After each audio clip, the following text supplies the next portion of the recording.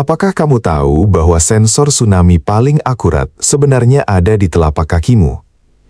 Di bawah laut, retakan bercahaya merah legam seperti ketapel raksasa, analogi megatrust. Saat patahan terkunci lalu lepas, energi melontarkan kolom air. Awal terbentuknya tsunami menimbulkan guncangan hebat di daerah pesisir pantai, biasanya lebih dari 15 detik. Aturan emas 20-20-20. Evakuasi 20 menit menuju ketinggian minimal 20 meter, dan berusaha bertahan hidup minimal 20 jam atau sampai bantuan datang. Selamatkan diri dan keluarga. Tonton sampai habis, jangan lupa subscribe, like, komen, dan bagikan untuk video informatif lainnya. Lupakan sejenak tentang sirene peringatan dini tsunami dari pemerintah.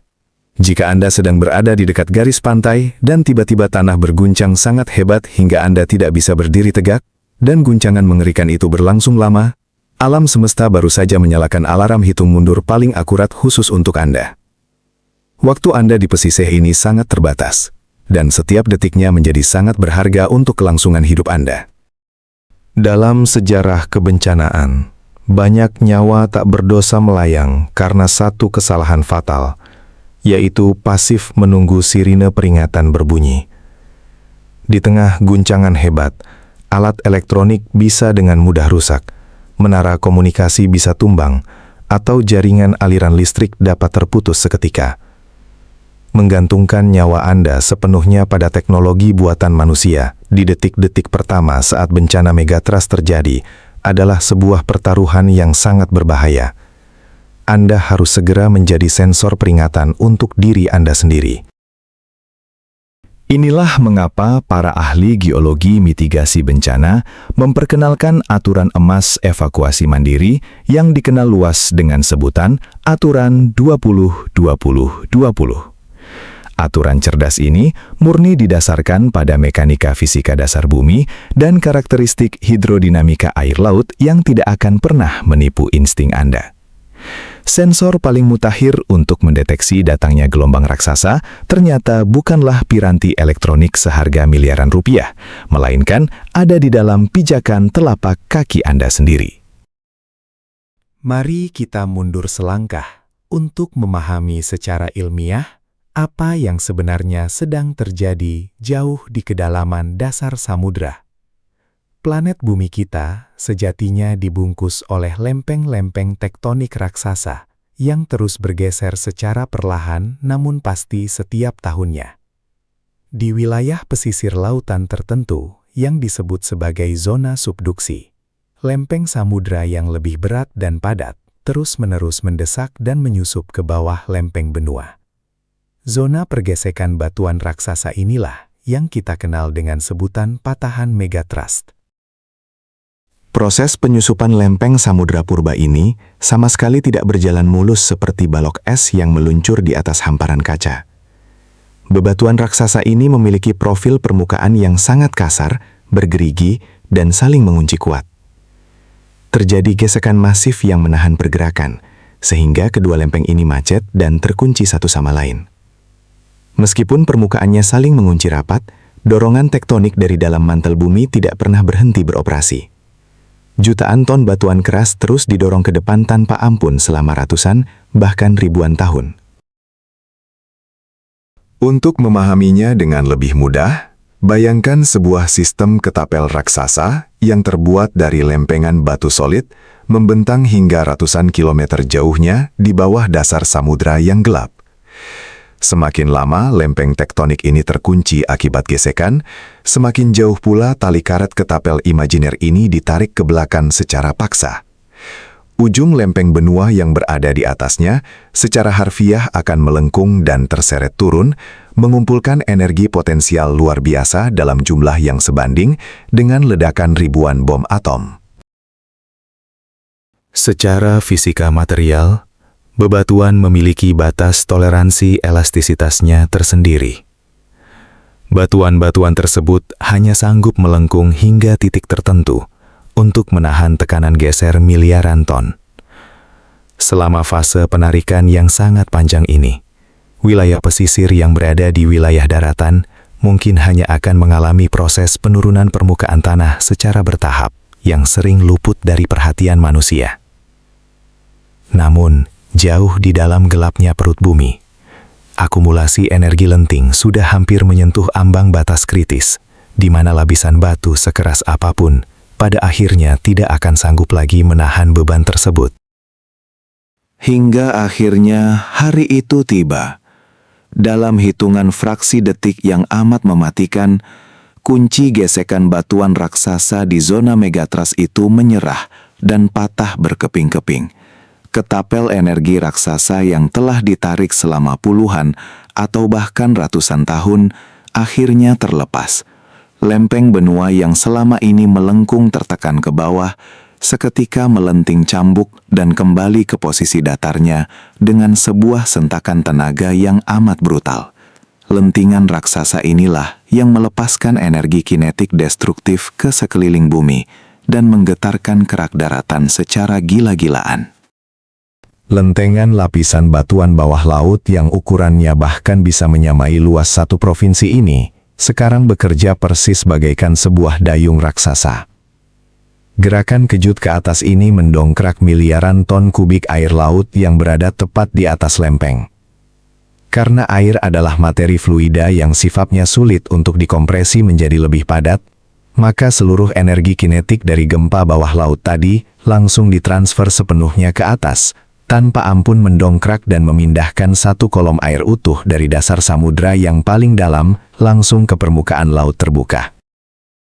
Di titik pusat pusaran samudra inilah, gelombang pembunuh yang kita sebut tsunami secara resmi lahir ke dunia. Anehnya, di tengah samudra terbuka yang amat dalam, gelombang awal pemicu ini secara visual mungkin hanyalah berbentuk gundukan tonjolan air yang tingginya tidak lebih dari 1 meter, membuatnya sangat sulit disadari oleh para pelaut di atas kapal. Namun, jangan tertipu. Gelombang halus ini menyimpan panjang energi dari satu puncak ke puncak lainnya yang bisa mencapai 100 km, membawa massa volume air utuh dan bergerak menyapu samudra dengan kecepatan gila setara laju pesawat jet penumpang komersial.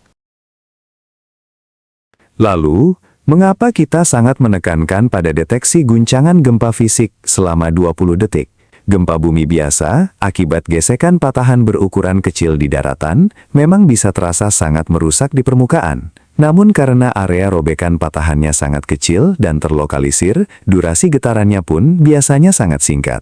Kunci utamanya ada pada durasi gempa. Sains gempa membuktikan bahwa lamanya bumi berguncang selalu berbanding lurus dan linier dengan seberapa panjang dan luas area patahan tektonik yang sedang robek di kedalaman sana.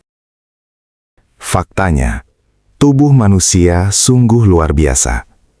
Sistem reseptor keseimbangan yang tertanam di telinga bagian dalam, dan ribuan saraf sensor penerima tekanan di telapak kaki Anda, sesungguhnya adalah seismograf alami biologis yang tak tertandingi kepekaannya. Untuk sebuah robekan patahan megatrust yang skalanya benar-benar sangat besar dan berpotensi memicu gelombang tsunami masif, proses perobekannya akan memakan waktu fisika yang cukup lama. Getaran persisten dan amat kuat yang terus-menerus menyiksa dan mengoyak keseimbangan Anda melewati batas 20 detik adalah bukti nyata secara absolut bahwa sebuah patahan kerak bumi seluas pulau besar sedang bergeser maut di bawah dasar laut. Secara fisiologis, gempa subduksi megatrust raksasa seringkali memberikan sensasi rasa yang jauh berbeda bila dikomparasikan dengan gempa dangkal berpusat di daratan. Guncangan bawah laut ini mungkin tidak langsung tiba berupa sentakan tajam keras mendadak yang merobohkan dinding bangunan seketika, melainkan dominan bergulung berupa ayunan gelombang horizontal yang berfrekuensi lebih rendah, terasa mengayun kuat, mendalam, dan memicu rasa mual. Jika ayunan hebat di bawah telapak kaki ini memaksa Anda merangkak dan tidak juga kunjung mereda melampaui rentang detik ke-20, asumsi terburuk harus diprioritaskan. Logika ilmiah inilah yang membawa kita secara sistematis pada angka pertama, yang membentuk pedoman aturan emas penyelamatan diri, yaitu 20 detik. Ingat dalam kepala Anda, guncangan gempa bumi kuat di daerah pinggir pantai yang meruntuhkan benda-benda dan membuat Anda tak mampu berdiri secara stabil selama 20 detik atau lebih adalah sebuah ultimatum absolut. Berhentilah mencoba menelusuri kabar berita di ponsel pintar, buang jauh pikiran menunggu petunjuk teknis dari pengeras suara, dan lupakan sirine. Alarm sesungguhnya dari perut bumi telah berteriak nyaring. Langkah logis berikutnya, sesaat begitu gempa utama sedikit mereda dan kaki Anda bisa kembali dipakai berdiri untuk lari, terapkan segera angka sakti kedua dari formula ini, yaitu 20 menit.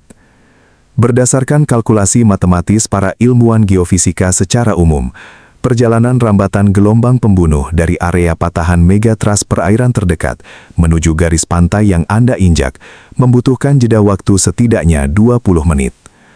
Periode ini adalah jendela emas evakuasi Anda yang amat krusial dan sempit. Tidak ada waktu untuk berkemas. Waktu tersebut harus dikhususkan 100% hanya untuk berlari sekuat tenaga menjauhi wilayah bibir pantai. Mengapa perlombaan lari melawan waktu ini menjadi sedemikian sangat mendesak? Ketika merambat melintasi perairan laut dalam yang tanpa hambatan, sang gelombang bisa dengan mudah berpacu mencapai kecepatan ekstrim hingga 800 km per jam bak peluru terbang. Akan tetapi, begitu ujung bawah perut gelombang ini menyentuh lereng pesisir lautan dangkal, perairan tersebut bertindak layaknya sebuah rem raksasa yang menahan energi bawahnya. Friksi kuat dasar laut ini secara tiba-tiba memaksa pengereman mendadak yang menurunkan laju hantaman menjadi 50 km per jam, namun pengereman ini sayangnya menjadi pemicu fenomena maut fisika air bernama shoaling. Disinilah hukum termodinamika dan kekekalan energi berlaku dengan amat mengerikan akibat hambatan pengereman tersebut. Semua energi raksasa yang tadinya direntangkan menyebar tenang namun cepat memanjang mendatar di kedalaman Laut Biru, kini terhimpit dan terkompresi secara brutal pada ruang yang sangat sempit. Massa air bervolume jutaan ton dari garis belakang terus menabrak keras massa air di hadapannya yang tertahan rem sedimen bawah laut. Benturan air berkecepatan tinggi ini memaksa satu-satunya jalan keluar untuk sisa energi ini dengan cara melemparkannya memanjat ke atas dan berkumpul menggunung menjadi tembok vertikal air pekat bercampur material dasar laut yang sangat mengerikan. Ketika berlari dalam waktu yang sesempit itu, ke arah manakah Anda harus tertuju? Inilah penyelesaian teka-teki menuju keselamatan melalui elemen angka ketiga pedoman ini, yakni beranjak lari menuju tingkat elevasi ketinggian absolut 20 meter. Menjauh secara horizontal dari pantai ke arah pedalaman memang penting, tetapi parameter penentu utamanya sejatinya adalah seberapa tinggi Anda bisa berada. Target esensial Anda adalah berlari mendaki medan kontur bukit alami atau pegunungan tanah padat yang memuncak serendahnya pada titik 20 meter diukur vertikal dari muka batas laut.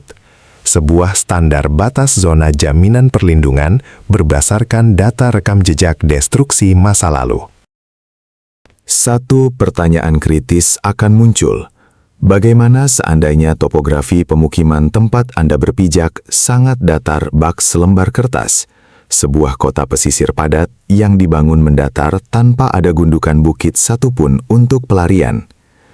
Alternatif mutlak satu-satunya yang tersisa di saku Anda hanyalah melaksanakan prosedur evakuasi secara vertikal di dalam kota. Anda wajib jeli dan cepat mencari struktur fondasi kokoh berupa bangunan beton bertulang tebal dengan kerangka besi tahan retak gempa dan memiliki ketinggian paling tidak sejumlah 4 lantai solid. Anda harus segera membuang ide berlindung mengurung diri pada bangunan hunian biasa, apalagi bangunan kayu 2 lantai yang dipastikan akan luluh lantak dilumat gempuran beban air dan hantaman puing sampah material. Sebuah fenomena penyesat lain yang sangat butuh diwaspadai karena kerap memancing korban penasaran, adalah kejadian surutnya bibir air samudra yang sangat drastis tak masuk akal di menit-menit pasca getaran bumi berlalu. Bila gelombang palung turbulensi yang bergerak menghampiri pesisir lebih dulu, fluida air pesisir akan seketika tersedot tersapu jauh, surut ke dasar yang menyingkap ribuan koral terumbu yang tersembunyi. Kendalikanlah rasa penasaran itu. Berjalan menjelajah area pesisir yang mengering gersang itu merupakan blunder terburuk dan merupakan karcis jalan pintas menuju hilangnya nyawa. Karena surutnya air adalah persiapan energi tarikan sebelum kedatangan gerbong dinding raksasa yang menyapu tanpa ampun dalam tempo sesaat ke depan. Story berhitung detik gempa pesisir ini, pada kenyataannya bukanlah barang asing atau penemuan yang sangat baru di bidang peradaban kelautan bumi Nusantara. Generasi penduduk kepulauan purba kita di wilayah Simeulue Aceh sebenarnya telah mempraktekkan dan menurunkan serangkaian warisan kesiapsiagaan dari generasi ke generasi melalui lantunan pepatah cerita puitis lisan yang mereka sebut Smong. Seruan warisan Smong tersebut tanpa keraguan memberi petunjuk yang bergaris tebal bahwa ketika tanah dihinggapi getaran kencang tak berkesudahan, serta air muara pesisir tertelan surut berbalik haluan, larilah menyongsong hutan pegunungan tanpa membuang kesempatan, walau hanya sekejap, untuk sekadar menatap ke arah pelabuhan masa lalumu. Sains hidrodinamika geofisika modern saat ini, yang disokong instrumen sensor satelit militer paling peka yang dipasang di berbagai samudera dunia, pada intinya sedang sibuk memvalidasi dan membenarkan serangkaian hukum fisika yang sejatinya telah dibaca terlebih dahulu dari bahasa kode rahasia alam yang dirangkum para pendahulu. Mukjizat persentase ketahanan hidup luar biasa masyarakat kepulauan murni karena berpegang pada tradisi Smong, secara gamblang adalah bukti konkret tanpa bantahan bahwa investasi keilmuan edukasi alam bawah sadar mengenai pembacaan kode getaran bumi yang dipadu dengan keberanian dalam kemandirian kesigapan merupakan baju zirah yang tak bisa ditembus bahaya bencana yang senantiasa menanti di perairan zona megatrust kita.